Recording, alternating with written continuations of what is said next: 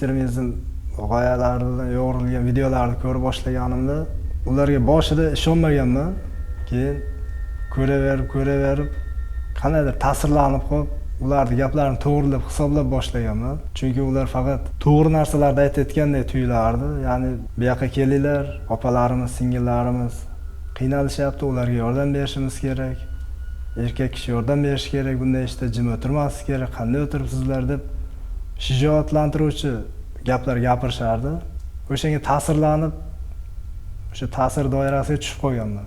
Shu musulmon inson baribir jihad qilish kerak ekan, u Suriyaga bormasa baribir foydasi yo'q ekan, borish kerak ekan degan narsani miyaga singdirib qo'yishdi-da. Shu yerga bormoqchi ham bo'lganman. Yaxshi-hamki vaqtida tushunib yetib, u yoqqa borishdan voz kechib, hammasi bilan aloqani uzib ketganman. Internet tarmog'idan chiqib ketganman. Lekin unda kech bo'lgan. Meni bilib qolishgan, davlat xavfsizlik xizmati bilib qolib, noqonuniy ishlar qilib yurganim, ular bilan gaplashganim, hamsuhbat bo'lganim, ular tarafini olganlarim bilib qolishgan va ozmuncha vaqt o'tgandan keyin menga jinoiy javobgarlikka tortishdi. Qariyb 5 yil o'tirdim. 2021-yil qamalgan bo'lsam, mana 2026-yil chiqib keldim. Inson xato qiladi, lekin xato qilgandan keyin bu xatoni tushunish uchun aynan qamalish shart emas ekan. Shu ozodlikda yurgan vaqtdayoq tushunishni ilojini topsa bo'lar ekan, lekin menda kech bo'ldi bu. Qariyb 5 yil o'tirdim va umrim zoya ketdi. Buni albatta hech kimga men ravo ko'rmayman. Ularni allamchi gaplariga uchmaslik, da'vatlari, targ'iblariga uchmaslikni tavsiya qilaman. Ular albatta allaydi.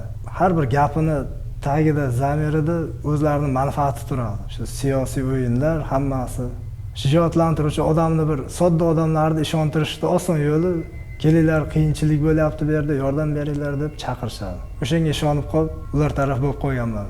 Albatta tushunib yetdim hammasini, lekin boya ta'kidlaganimdek, bitta xatoni tushunib yetish uchun aynan qamalish shart emas ekan. Shuni tavsiya qilaman. Har bir video ko'rayotganda u ta'sirlanib qolmaslikda jiddiyroq bo'lib qarashni tavsiya qilardim.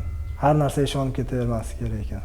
U holatda yurganimni hech kimga sezdirmaganman. Telefon bilan mashg'ul bo'lib, uni kimgadir ko'rsatish u katta xavf edi. O'sha ishlarga kirishishimda o'zi katta xavf edi. Uni kimgadir ko'rsatishim, kimgadir bildirishim undan ham katta xavf edi. O'shaning uchun hech kimga bildirmaganman. O'zim bilan o'zim bo'lib, ularni yashirincha, xufiyona qo'llab-quvvatlab kelaverganman. To'g'ri qilyapsizlar, to'g'ri deb. Men qamalishimdan oldin mebel yasash bilan shug'ullanardim. 25 yoshimda qamalgan bo'lsam, uylanmagandim hali. Mana hozir 30 ga kirdim. Hali bo'ydoqman. Men tengi sinfdoshlarim, do'stlarim bola chaqali. Uyiga borsam, ikkitalab bolasi bor. Bu albatta juda ko'p narsani kechikishiga olib kelar ekan. Kichkina xato va katta oqibatlar. Kelganimni ko'rib, yurak bag'rim ezilib ketdi. Tasavvur qilish juda ham qiyin. Shu ota-onamning sog'lig'ini yo'qoldi bu yerda. Meni o'ylashaverib, anchaga qarib ketishibdi.